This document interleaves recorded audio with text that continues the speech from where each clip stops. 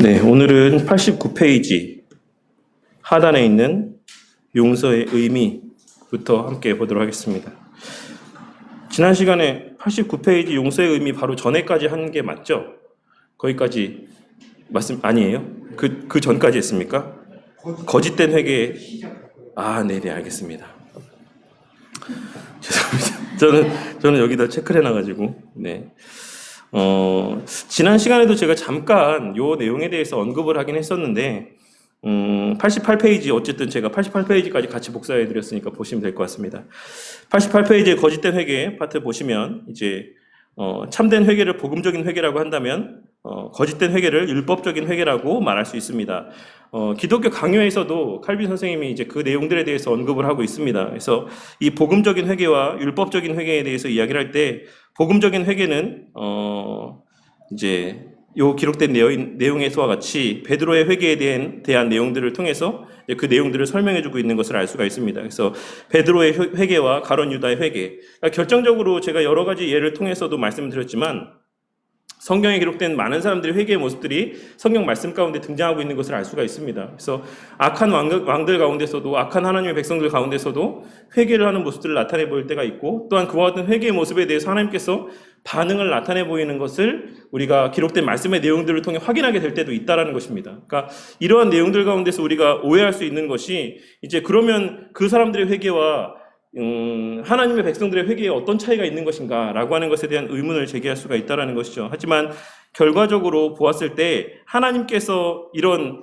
율법적인 회개, 그러니까 어떤 행위 자체에 대한, 그러니까 죄 근간에 대한 어떤 애통함이나 이런 회개가 아닌 그냥 행위적인 측면에서의 말씀에 비추어서 하게 되는 이런 형식적인 어떤 회개의 모습들에 대하여서도 때로는 반응할 수도 있다라는 사실을 우리는 성경 말씀을 통해서 발견할 수가 있고, 이제 칼빈 선생님도 그 부분에 대해서 분명하게 언급하고 있습니다. 하지만 그것은 근원적인 죄에 대한 용서가 아닌 단지 하나님께서 내리실 징계의 유보에 불과하고 그 징계에 대한 완화함에 불과하다라고 이야기를 하고 있습니다. 그래서 그런 부분들에 있어서의 차이점들을 우리가 좀 구별할 필요가 있다라고 생각합니다. 내용들을 보시면 이제 뒷페이지에 89페이지의 중반부쯤에 보시면 로마 가톨릭 교회는 거짓된 회개를 가르치고 있다. 세 가지 면에서 그렇다. 첫째는 반드시 입으로 구술해야지만 그 회개가 진정한 가치 있는 회개다라고 이야기를 하고 있고, 두 번째, 잘못된 것들에 대한 만족을 위해 선행을 하든 대가를 지불해야 된다라는 것.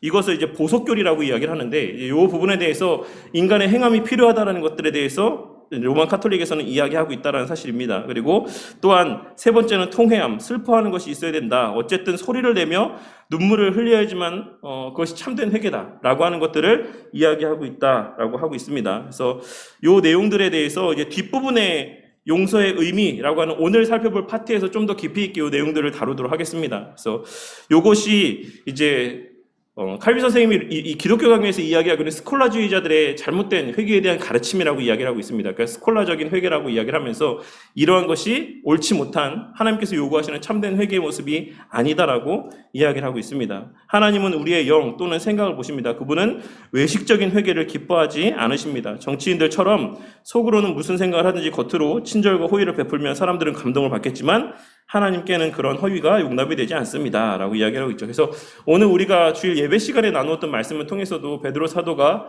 베드로서 3장에서 이야기하고 있는 바와 같이 말세의 때에는 그와 같은 우리의 마음 가운데 품고 있는 은밀한 것까지도 다 드러나게 되겠다라고 베드로 사도가 말씀하고 있는 것이죠. 그러한 것들에 비추어 보았을 때 우리가 아무리 이런 형식에 갖춘 회개의 말들을 하고 또 그것을 어떤 가시적인 외적인 사제들을 통해서 용서받았다라고 하는 칭함을 받는다라고 할지라도 우리의 그 마음의 근간에 있어서의 참된 회개의 마음이 없었다라고 한다면 그 모든 모습들은 말세의 때에 반드시 하나님의 역사 가운데 밝히 드러나게 될 때가 있다는 사실을 꼭 명심해야지만 될 거라고 생각합니다. 그래서 그 내용들에 대해서 제가 이 내용들을 참고로 좀 말씀드리자면 3권에서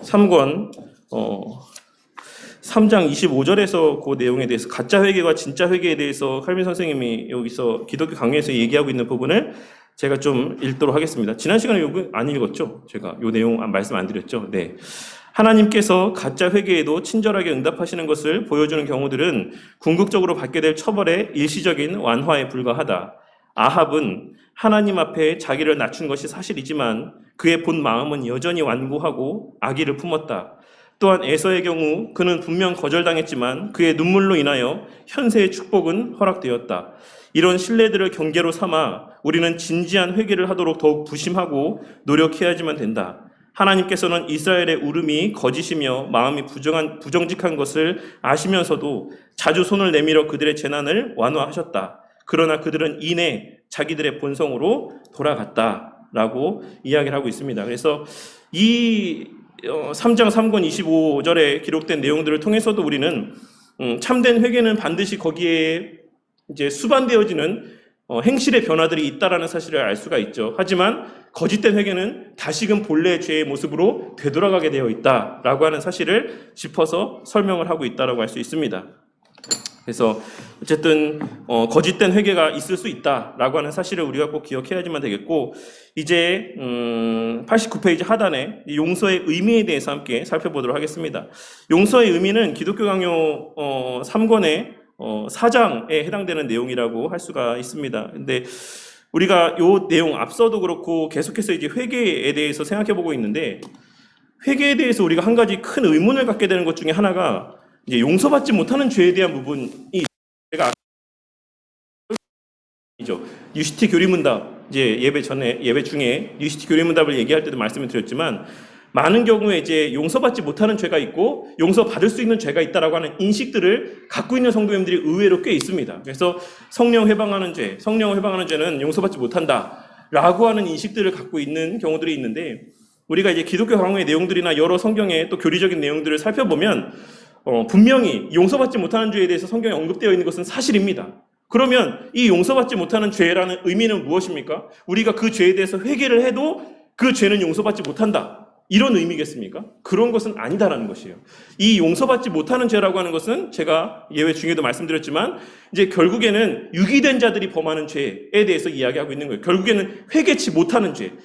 이 기독교 강요에서도 이제 그에 대해서 분명하게 언급하기를, 그들이 범하는 그 죄는 결국에는 회개치 않는 죄, 회개치 못하는 죄, 결과적인 모습으로 그들은 끝까지 회개하지 아니하고 하나님을 대적하는 그러한 반역의 모습을 나타내 보이는 죄들이 결국에는 용서받을 수 없는 죄라고 이야기를 하고 있습니다. 그러니까 결국에 우리가 입을 벌려서 우리의 죄에 대해서 고백하는 모든 죄는 다 회개받는다, 그러니까 용서받는다라는 얘기예요. 그러니까 이것은 결과론적으로 봤을 때 이 끝까지 그 입을 벌려서 하나님 앞에 진실된 회개를 하지 않는 자, 그들의 그 죄는 결코 사함받을 수 없다라고 하는 사실을 말씀하고 있다라는 사실을 꼭 명심해야지만 될 것이라고 생각합니다. 그리고 또 회개는 죄의 고백을 통해서만 이루어지는 것인가? 요 앞전에 지금 제가 함께 나눈 말씀에서도 로마 카톨릭에서는 거짓된 회개를 가르치고 있다라고 이야기를 했을 때 거기에 첫 번째 회개의 요소가 무엇이었습니까? 반드시 입으로 구술해야지만 된다, 입으로 고백해야지만 된다 라고 하는 것이 로마 카톨릭이 이야기했던 회개에 대한 가르침이었어요. 그러니까 그거에 대해서 질문하고 있는 것이 요 밑에 나와 있는 내용에서처럼, 다음 페이지에 있죠. 그러면 다음 페이지에 90페이지에 상단에 보시면 로마 카톨릭 교회에서 가르치는 것처럼 구술하지 않는 회개는 용서받지 못하는 것입니까? 라고 하는 어떤 의문을 가질 수가 있다는 것입니다. 하지만 우리가 회개라는 것에 대해서 기본적인 인식들, 그러니까 우리가 지금 계속해서 말씀드릴 때 제가 회개는 뭐라 했습니까? 심정적인 돌이킴이라고 말씀을 드렸죠. 회개라는 것은 단순한 행위가 아닙니다.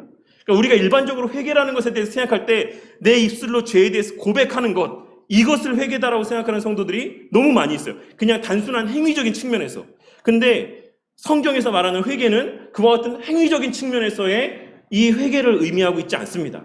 성경에서 말하고 있는 회개라고 하는 것은 결국에는 전환적인 돌이킴이라고 삶의 태도와 방향성의 변환, 전환이라고 말씀드렸죠. 그래서 더 이상 예전에는 죄가 아닌 것처럼 여겨졌던 것들이 이제는 죄로 여겨지게 되고, 그래서 이제 그것에서 멀리하게 되고 그 삶의 행태에서 완전하게 돌이키게 되는 것을 회개다라고 성경은 말하고 있다라고 말씀을 드렸습니다. 그렇기 때문에 우리가 입술로 고백하고 고백하지 않고 라고 하는 것이 어떤 이 회개의 진실됨을 나타내 보여주는 궁극의 원인이 되진 않는다라는 것이에요. 물론 근데 이제 입으로 죄를 고백하는 것, 자기 입술로 죄에 대해서 고백하는 것에 대해서 그 가치 자체를 폄하하고 있지는 않습니다. 이 기독교 강요 내용에서도 칼빈 선생님은 이제 죄를 고백하는 것에 대해서 아주 중요한 요소다라고 이야기를 하고 있긴 해요.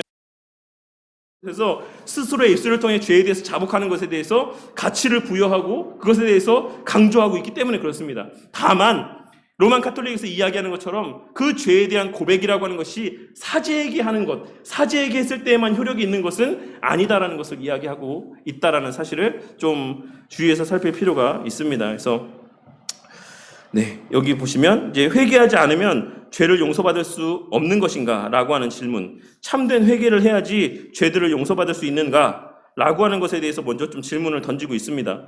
이 질문에 대한 답을 우리는 기독교 3권 3장 20절에서 살펴볼 수가 있습니다. 제가 이 내용을 한번 읽어드리도록 할게요. 요 답입니다. 회개하지 않으면 죄를 용서받을 수 없습니까? 라고 하는 질문에 대해서 답을 기독교 강요에서는 뭐라고 이야기하고 있냐면, 회개는 죄에 대한 증오심으로부터 시작되며 나아가 그리스도를 아는 지식에로 접근할 수 있게 해준다. 왜냐하면 그리스도께서는 이런 심령을 상대하시기 때문이고 회개시키려고 이들을 부르시기 때문이다. 요 포인트를 좀 잘 주목하셔야 됩니다. 그리스도께서는 이런 심령을 상대하시기 때문, 이런 심령이 어떤 심령입니까? 죄에 대한 증오심으로부터 시작돼서 나아가 그리스도를 아는 지식가로 접근할 수 있는 회개의 은혜를 베풀어 주시는 이유가 그런 회개하는 심령을 예수님께서 상대하시기 때문인 것이고, 또한 회개시키게 하시기 위해서 이들을 부르시기 때문이다 라고 이야기하고 있어요. 그래서 따라서 회개를 끝까지 추구하는 것은 그리스도 안에 있기 위한 조건이 된다.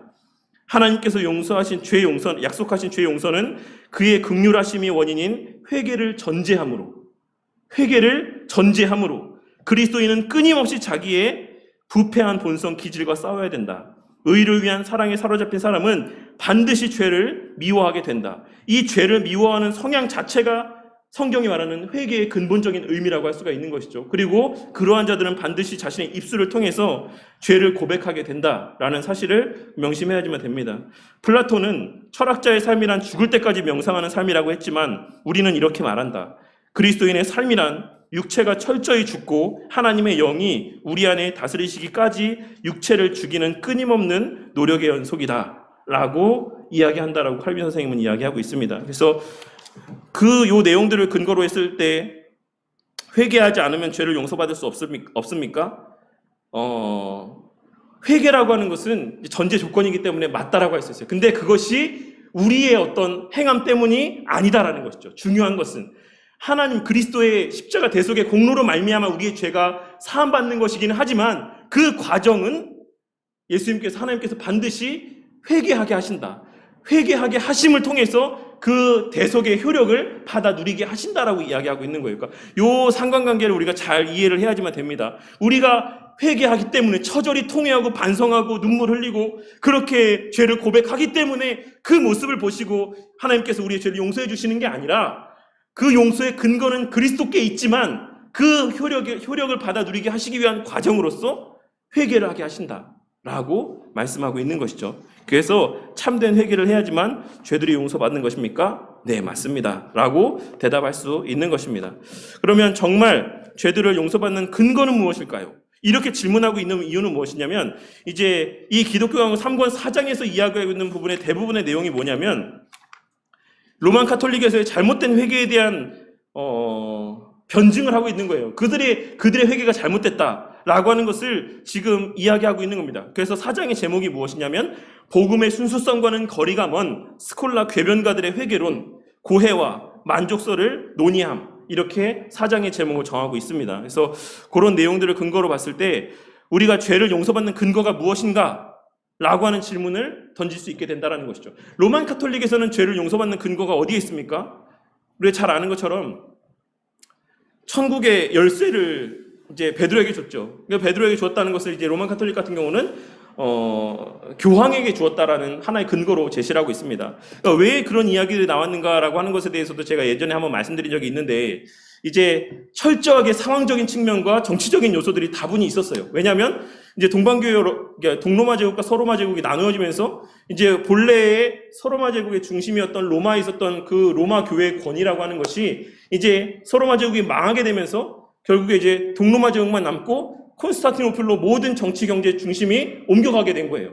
그러니까 당연히 이제 콘스탄티노플이 모든 사회의 중심이 되면 거기에 있는 교회의 지도자들의 입김이 더 커질 수밖에 없는 것이죠. 그래서 이 5개의 주교, 뭐 안디옥이나 예루살렘이나 뭐 콘스탄티노플이나 예루살렘이나 말씀드렸나요? 그리고 제가 항상 이 알렉산드리아 그리고 그 다음에 로마까지 이 5개의 주교 중에서 이제 원래는 로마의 총대 주교의 가장 입김이 셌는데 이제 그들이 속한 이 로마 제국이 멸망하면서 이 콘스탄티노플의 이제 주교의 힘이 가장 막강해지게 된 것이죠. 그러니까 이 사람들이 내세울 수 있는 게 뭡니까? 그 정통성밖에 내세울 수 있는 게 없었던 거예요.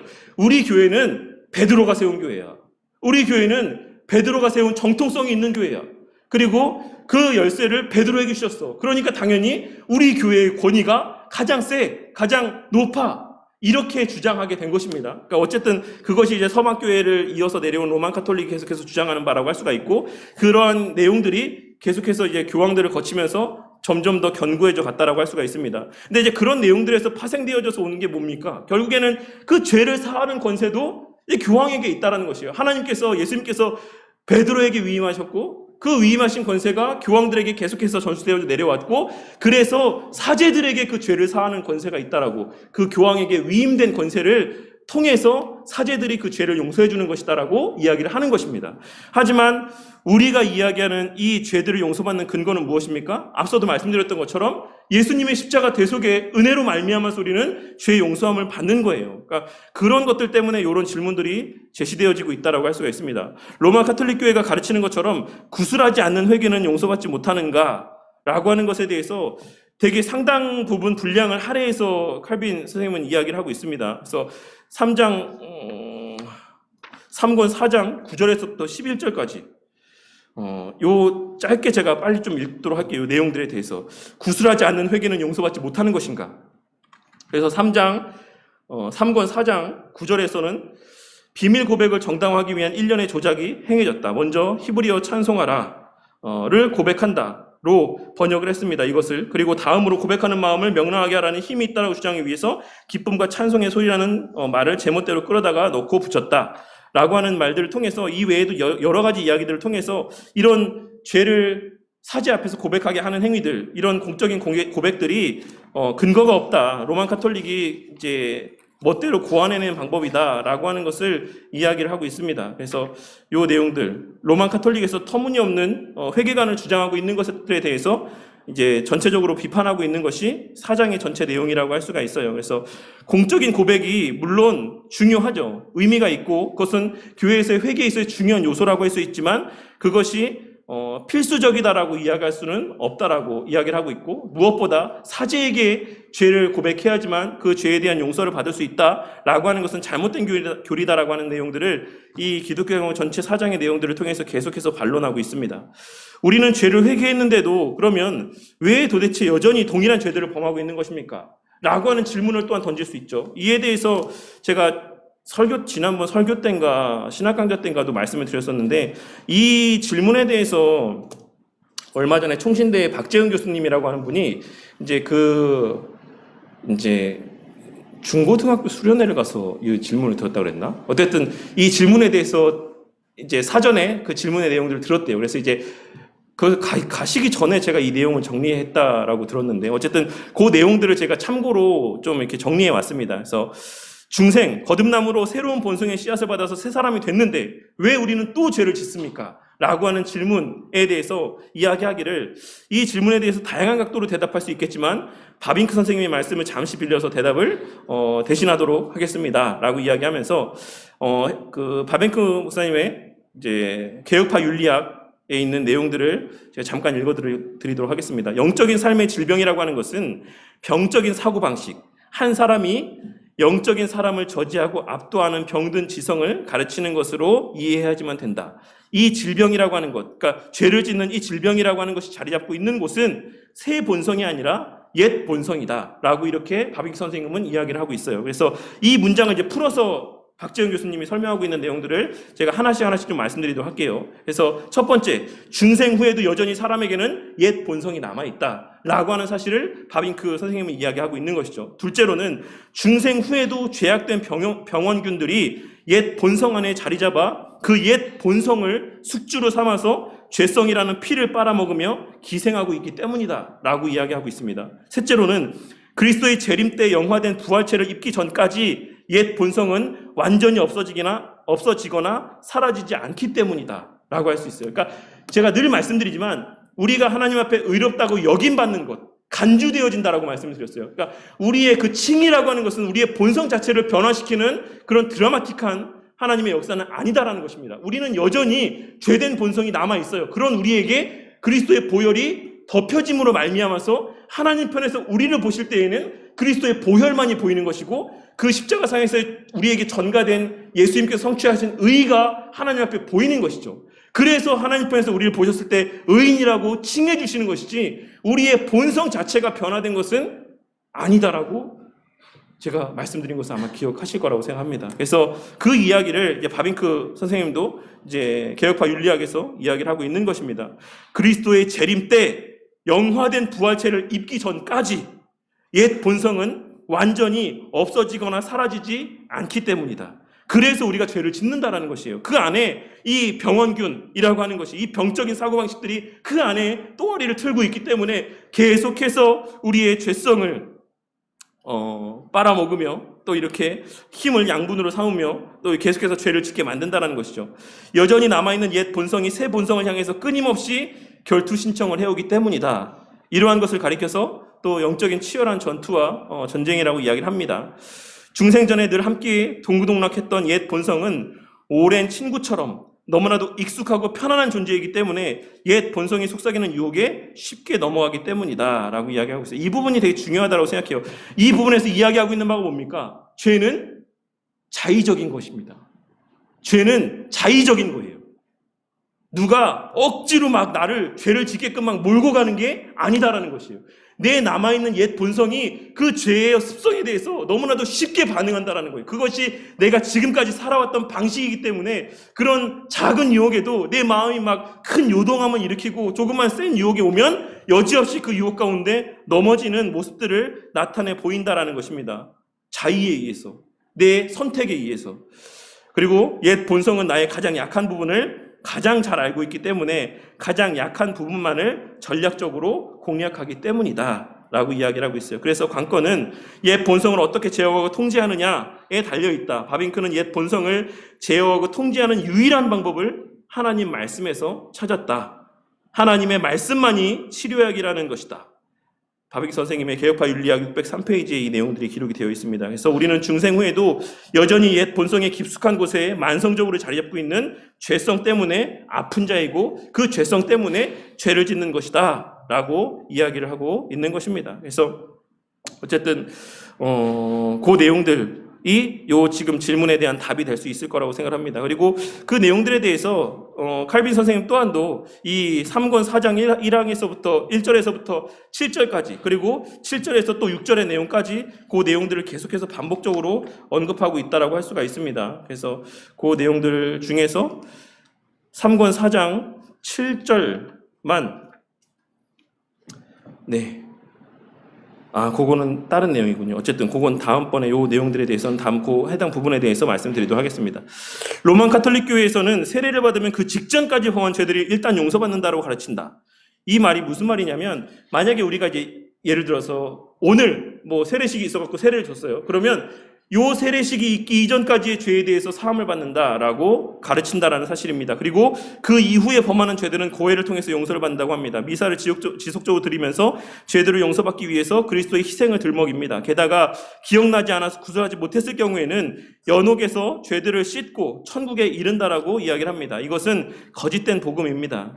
죄들은 지우개로 지우는 것처럼 사라지는 것이 결코 아닙니다. 라고 이야기를 하고 있습니다. 이 부분의 내용들이 이제 보석에 대한 가르침이라고 할 수가 있어요. 그러니까 이 내용들 가운데 있었나요? 제가 아마 이 책을 보면서 얘기를 했던 것 같은데 우리가 이제 그 죄책에 대해서 엄청나게 이제 많이 말씀을 드렸기 때문에 잘 아실 거라고 이제는 아실 거라고 생각합니다. 그러니까 우리가 원죄로 말미암아서 우리에게 파생되어진 죄로 인한 결과들이 뭐가 있습니까? 원죄로 말미암아 생기게 된 것이 죄책과 오염이라고 말씀을 드렸습니다. 그러니까 죄책 가운데는 이제 범책과 벌책이 있다라고 말씀을 드렸는데, 이 범책의 문제에 대해서는 그리스도께서 해결해 주셨지만 벌책의 부분에서는 이제 그 세례 때까지의 벌에 대한 것들은 용서가 됐지만 그 이후에 짓는 죄에 대해서는 우리가 책임을 져야 돼 라고 하는 것이 로만 카톨릭의 죄에 대한 가르침이에요. 그래서 이 보속에 대한 교리 때문에 계속해서 뭔가 선행을 해야 되고 공로를 쌓아야 되고, 그리고 더 나아가서 나중에 종교개혁의 씨앗이 되었던 이 면벌부,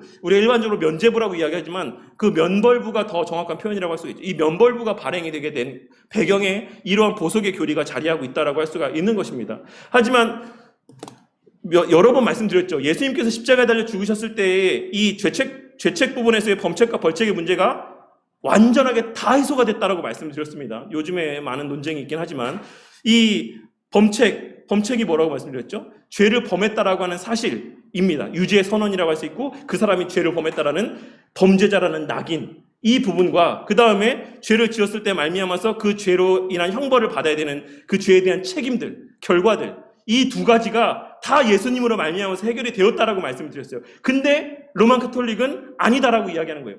이 범책의 부분의 것들은 해결해 주셨지만, 이 벌책 부분에 있어서도 이 세례받기 이전까지는 다 해결해 주셨지만, 이제 그 세례받고 난 이후에부터 짓는 죄에 대해서는 네가 책임을 져야 돼, 이렇게 이야기를 하고 있는 거예요.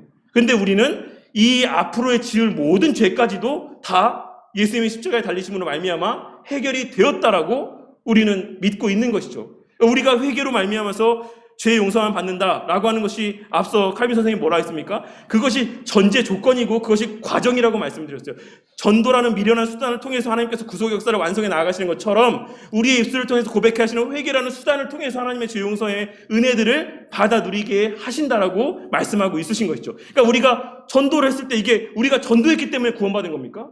아니죠. 하나님께서 창세전에 예비하셨기 때문에 그 사람에게 복음을 듣게 하시고 그 복음에 반응하게 하시고 그로 말미암아서 거듭나는 역사를 체험케 하시는 것인 것처럼, 마찬가지로 죄 용서함이라고 하는 것도 우리의 행위 때문에 죄 용서함을 받는 게 아니라 그리스도의 은혜로 말미암아 죄 사함의 은혜를 받아 누리는 것이기는 하지만, 그 과정을 이 회개라는 수단을 통해서 누리게 하신다라는 것을 말씀하고 있는 것입니다. 그래서 이런 내용들을 계속해서 설명을 하고 있고, 이 내용들이 사실 엄청 길게 다뤄지고 있어요. 그리고 지금 오늘 제가 91페이지 위에 부분까지만 할 텐데, 어떻게 살아야 하나 바로 앞부분까지만 할 텐데, 사실 그 사이에 이 5장 내용이 통으로 여기에는 들어가 있지 않습니다. 5장의 내용이 뭐냐면 면죄부와 연옥에 대한 이 보석교리에 관한 잘못된 점에 대한 것을 추가적으로 논박하고 있는 내용들이 이 기독교 강요 3권 5장 전체 가운데 가득 다뤄지고 있어요. 근데 이제 이 내용들은 이제 양 자체가 짧기 때문에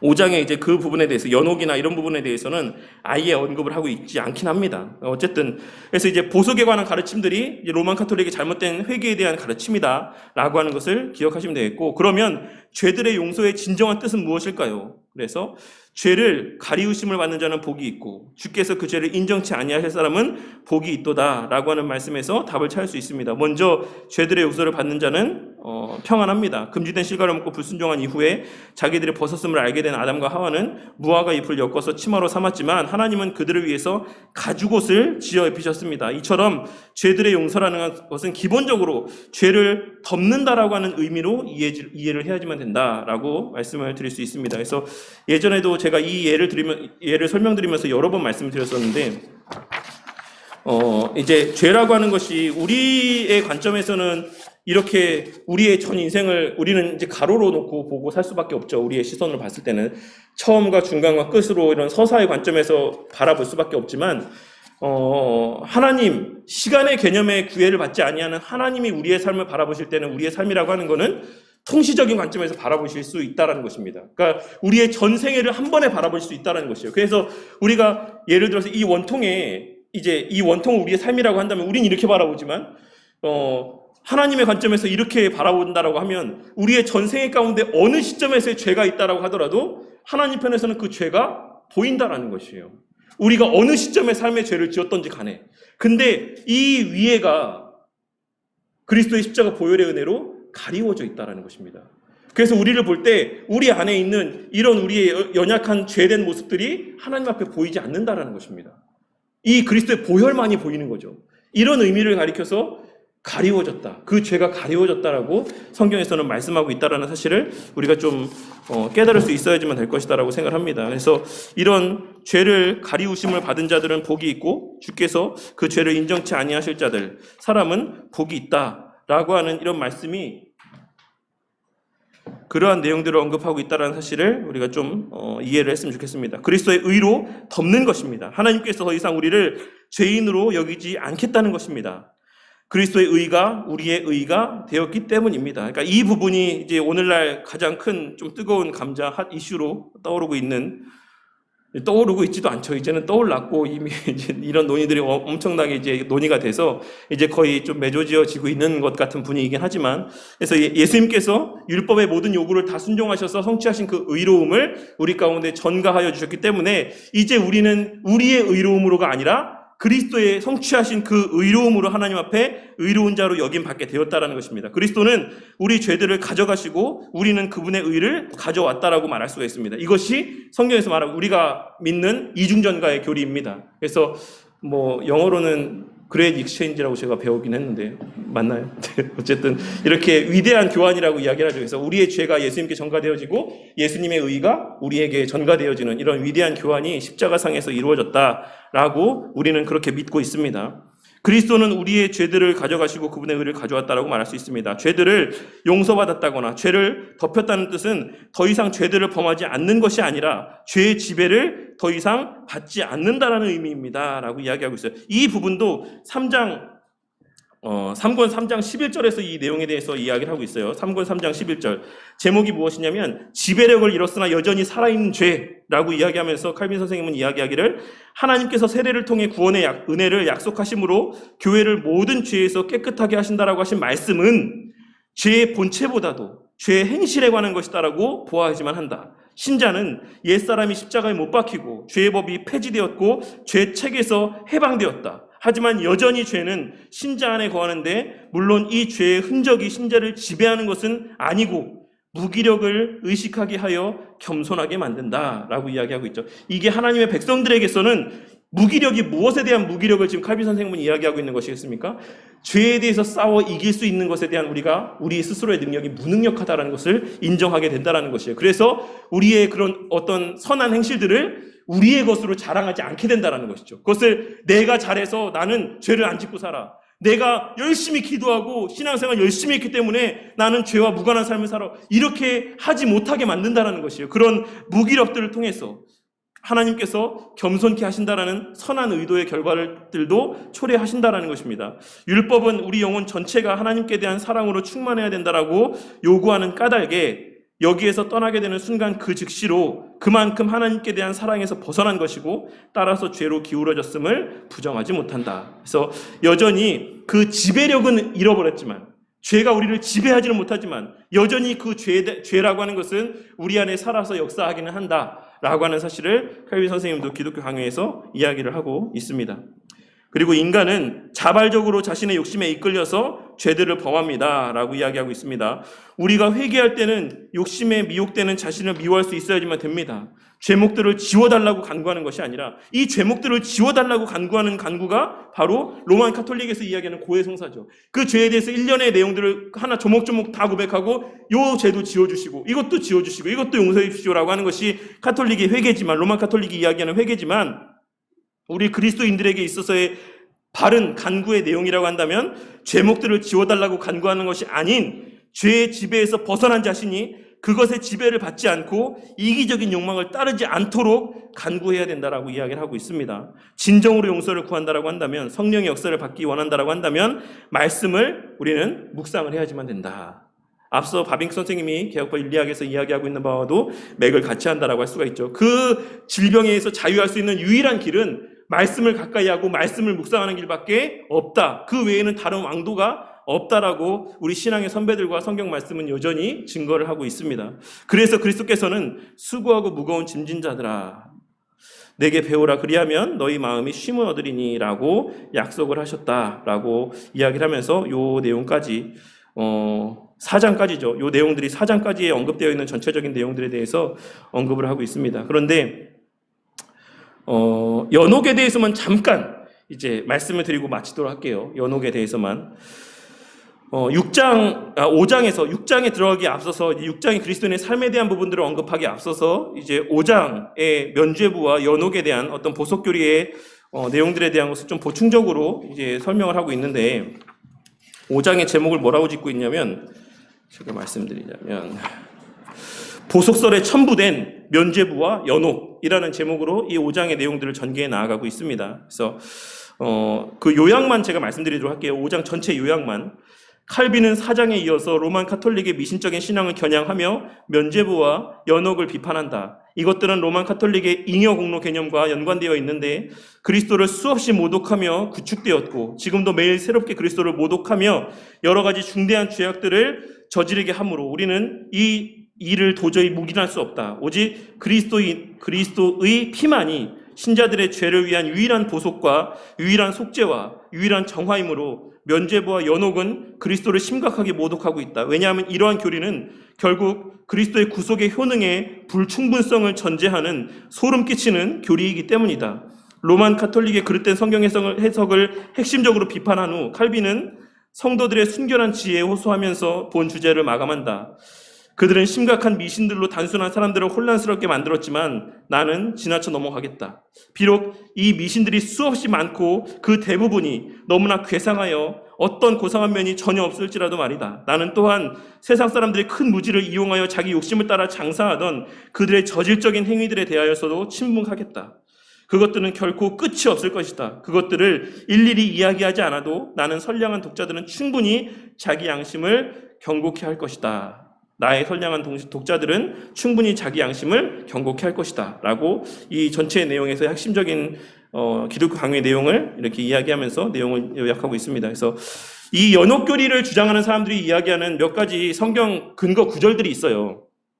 그것을 몇 번 말씀드리자면 대표적으로 이제 마태복음 5장 25절하고 26절 말씀 제가 봉독하도록 할게요. 마태복음 5장 25절과 26절의 말씀이 이제 연옥을 뒷받침하는 이제 성경 구절이다라고 로만 카톨릭 사람들은 이야기를 합니다.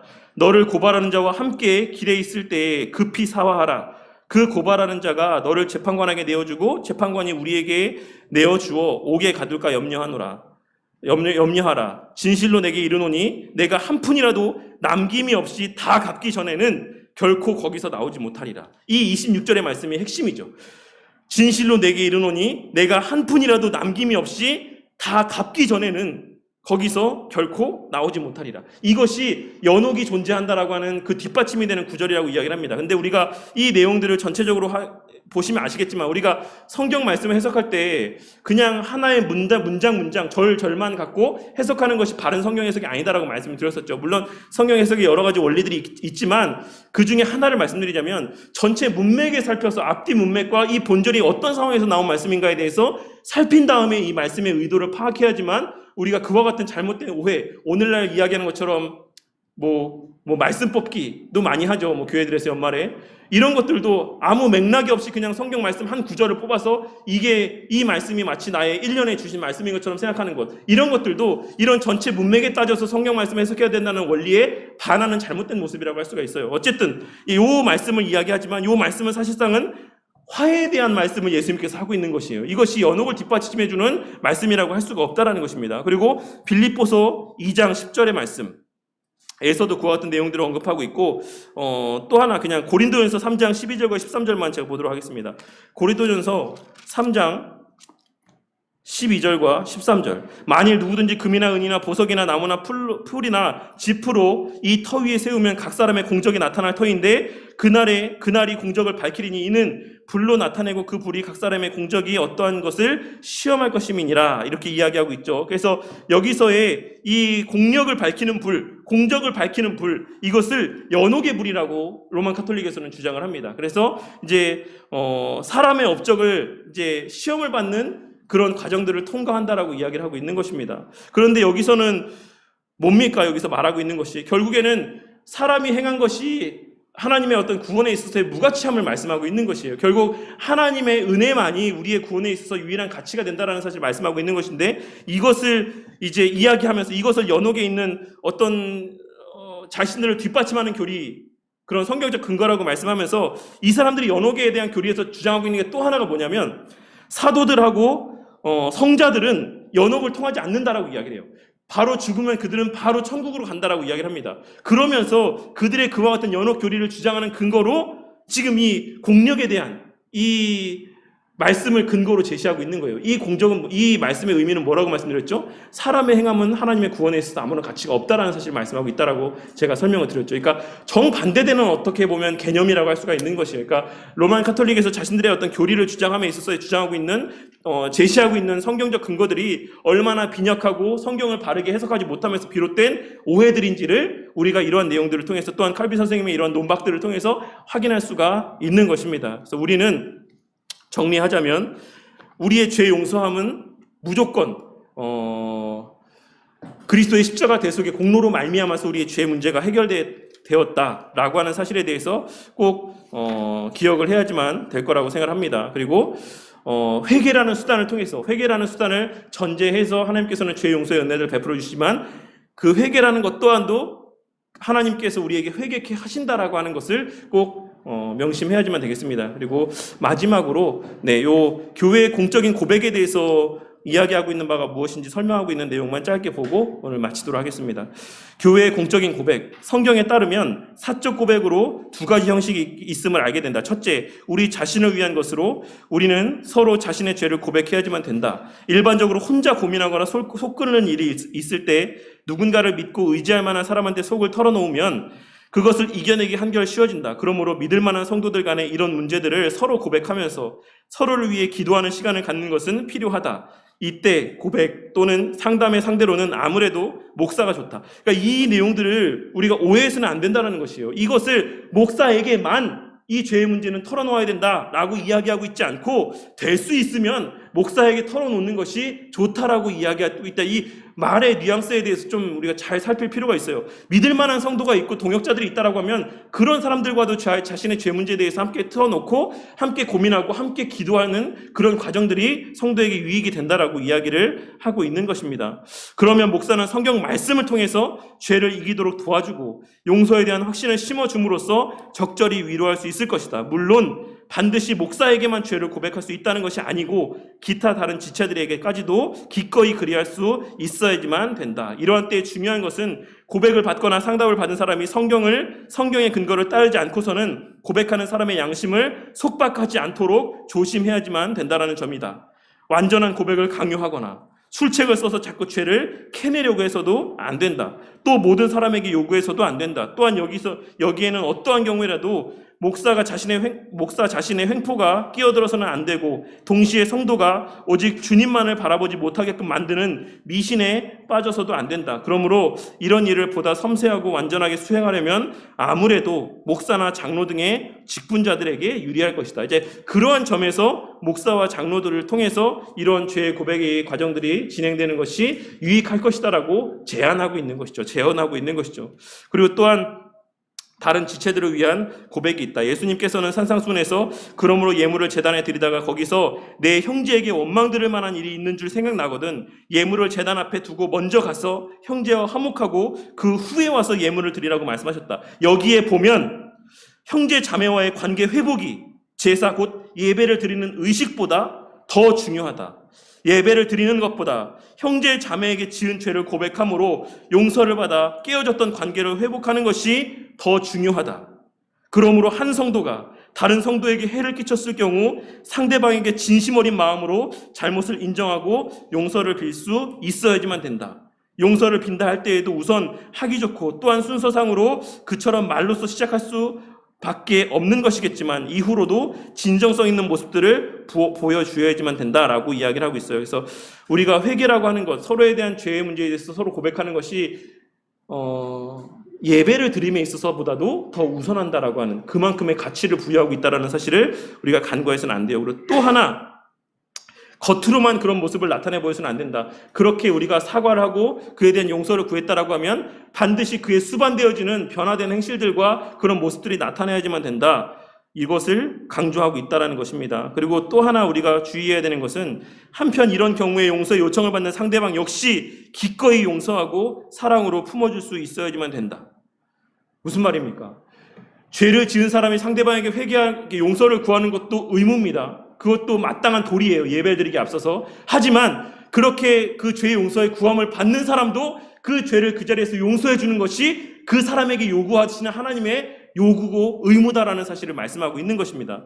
이런 경우에 용서 요청을 받은 상대방 역시 기꺼이 용서하고 사랑으로 품어줄 수 있어야지만 된다. 다소 불만스럽다 할지라도 상대방의 진심을 있는 그대로 받아들이고 넓은 마음으로 포용할 수 있어야지만 된다. 그렇지 않고 겉으로는 받아들이겠노라 해놓고는 여전히 마음속 깊은 곳에는 꿍하는 마음을 품고 있는 속 좁은 태도로 일관해서는 안 된다라고 이야기를 하고 있습니다. 이제 이런 우리가 개인적인 어떤 측면에서 이런 그리고 상대방에게서의 이런 죄 용서, 죄 고백 이런 것들이 중요하다. 그것이 예배보다도 어떤 면에서는 더 우선되는 가치다라고 하는 것을 하나님께서는 증거하고 있다, 강조하고 있다라는 사실을 꼭 기억을 해야지만 되고 더욱이 그 죄의 문제가 교회 전체에 해를 끼치거나 죄를 끼친 경우라고 한다면 더더욱 공적으로 죄를 고백하는 것이 필요하다. 그리고 이런 경우에는 교회 차원에서도 결코 덮고 넘어갈 수 없다라고 이야기를 하고 있어요. 그러니까 우리가 치리의 문제에 대해서 권징에 대해서 이야기를 하고 있는 것이죠. 이것이 어떤 개인적인 차원을 넘어서서 이것이 교회 공동체 전체에 대한 해로 끼쳐지게 되었다라고 하면 물론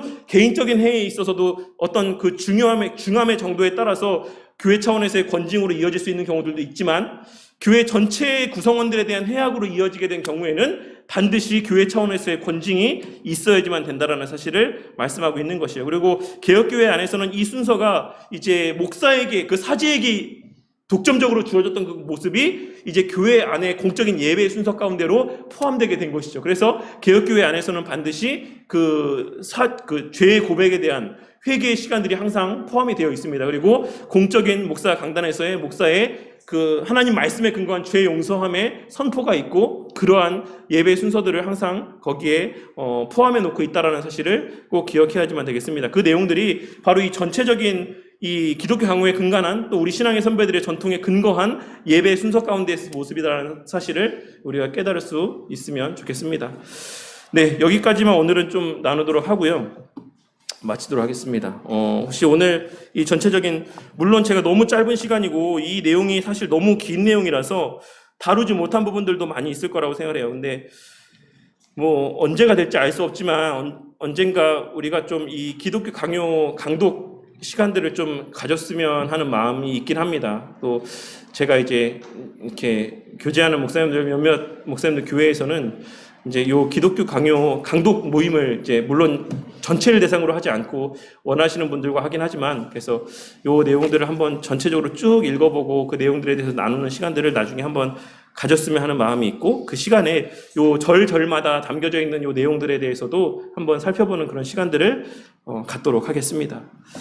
네, 오늘 따로 질문이 없으시면 기도하고 마치도록 하겠습니다. 기도하겠습니다. 하나님 감사합니다. 오늘도 우리의 죄 문제에 대해서 우리 신앙의 선배들을 통해서 남기신 또 귀한 유산들을 또 나누게 하여 주심에 감사를 드립니다. 주님, 로만 카톨릭은 지금도 고해성사라고 하는 그릇된 회개에 대한 가르침들로 성도들을 현혹하고 또 잘못된 신앙의 걸음으로 인도하고 있는 것을 보게 될 때가 있습니다. 하지만 이제 우리가 각 10년 가운데 성령 하나님을 모시고 또 살아가는 존재들로서 우리 각자가 그 성령 하나님의 말씀을 통한 죄를 깨닫게 하시는 과정들 속에서 스스로가 회개하고 또 스스로가 그 하나님 앞에 죄의 용서함을 받을 수 있는 길이 열렸다라는 사실을 늘 깨닫게 하여 주셔서 늘 말씀을 가까이 하며 죄에 민감한 삶을 살아가는 우리 모두가 되게 하여 주시고 그 과정들 속에서 죄를 깨닫게 하실 때마다 주저없이 우리의 죄를 고백하는 자들이 되게 하여 주심으로 그 모든 순간들마다 우리의 죄를 없이 여겨주시는 하나님의 자비와 또 긍휼을 충만히 받아 누리는 우리 모든 바른교회 성도님들이 되게 하여 주시옵소서. 또 하나 우리가 나눈 내용들 가운데서 꼭 기억해야 될 것은 하나님께서 예배를 드리는 것보다도 형제 사이에 화목하고 또 서로에 대한 죄 용서함을 구하는 행위를 더욱 귀하고 가치 있게 보셨다라는 사실을 우리가 좀 주목해 보았으면 합니다.